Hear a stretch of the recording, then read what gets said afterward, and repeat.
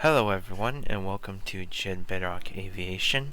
In this video I will be going over the graphics settings that I use for War Thunder in VR. I will not be covering anything having to do with War Thunder in third person.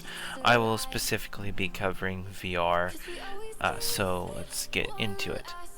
So you go over into these three bars, options, graphics. Now, I will be going over two settings of graphics, as well as showing you video footage from the settings without the DLSS setting. So, DLSS does exactly what it says. You can just pause the video and read it more intensively. I have this set to 4 times, just because I haven't found a benefit from it going higher.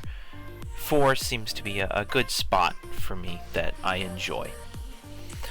This, again, NVIDIA specifically, I have it on, seems to do good. I have this on FPS. I'm not exactly sure what it does, but this seems to work for me. I like it.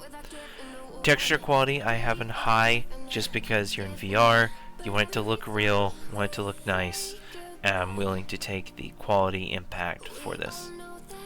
Shadow quality, I have it on medium, just because that's what works for me. High is too much, low is too low, medium's good, it's just right. Effects resolution, I have on medium. Again, you're in VR, you don't need to see everything around you, and this medium does really good for things that happen right in front of you. Render resolution, I have this all the way up. You want it to look nice. Cloud quality, if this is too low, the clouds start looking really unimmersive. They really kind of take you out of it. They start looking like absolute trash. These things, you can play with them, but I'll kind of go through them real quick. Basically, cloud quality on the ground is like if you're in a tank or airstrip, stuff like that. You don't really need this very high. Terrain quality, again, if you're on an airstrip or you're in tanks, you don't need that to be very high. Tree range, this is the range that trees will appear at when you're near them, like how close to you before they'll appear. Because you're in a plane, this doesn't have to be very high at all. I keep it pretty low. Particle density, I'm not exactly sure what this refers to, but this setting seems to be good. You could probably take it all the way up. Grass range, again, this is like the tree range. How close do you have to be before they show up? Grass range seems to work pretty well at this point because it exists when you land on the ground and, you know, when you crash and stuff. This, I don't have that turned on because I don't have double SAO on. Small object shadows, that's for like stuff on the ground, trees, grass, stuff like that. I don't need that. Reflection quality requires this. Since I don't have this, I don't have reflection quality.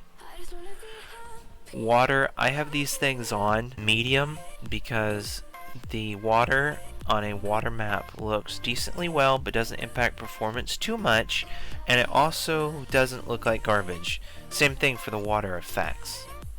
Globe illumination, I have that on high because you want it to look good, the world look nice, the sun, the internal cockpit lights, you know, the sun coming through the canopy and all that. Physics quality, I have that max because this game is physics heavy. Terrain displacement quality, these things were tanks, I'm not even going to go over those. Cockpit mirror reflection quality, so if you don't have DLSS, you want to turn this completely off if you have a 3060 or under. So if you have a card that is on par with the performance of the GTX 3060, which is what I am using, then you will want this all the way off. If you have an NVIDIA card and you can use DLSS, you can use balanced and then cockpit mirror reflections at about half to 2/3. But if you don't have DLSS, this needs to be all the way off. Otherwise, any plane with a mirror is going to murder your frame rate.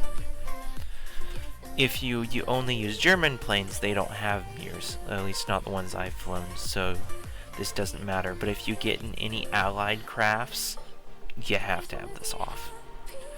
Object shadows, no, it's like for land-based things, again, tanks.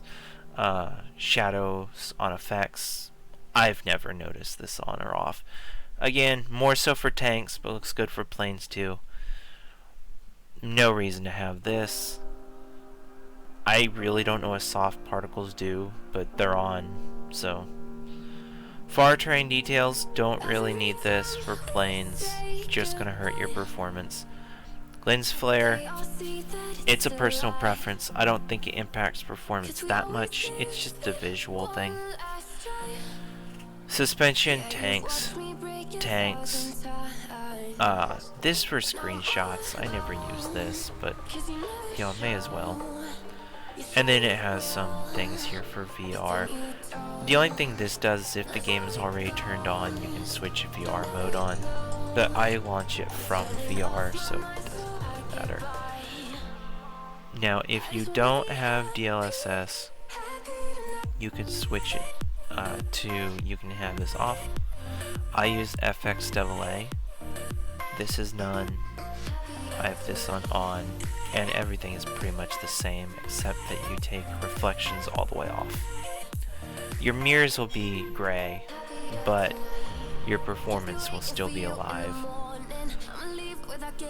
And so, that's what I use. Of course, you can just turn this on. One thing I've noticed, though, with DLSS is that it has this weird motion blur effect where you kind of have to look at something in the cockpit for it to focus.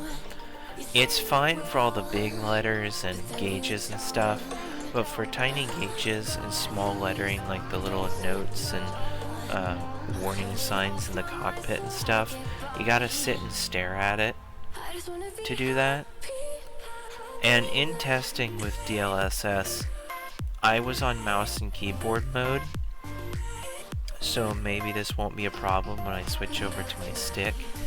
But basically I got eye strain. I think that was because I was focusing on the crosshair. It happens in other VR games where you have a mouse crosshair and you have to look at it in VR, at least for me anyways. So basically that was the graphics that I used for a lower end graphics card, and it works pretty well. I'll be showing you some footage of what it looks like without DLSS, and you'll see how I have the mirror set and everything. And I will be releasing the next video in the series in a few days or so you can look forward to that, and I will see you guys next time. Bye.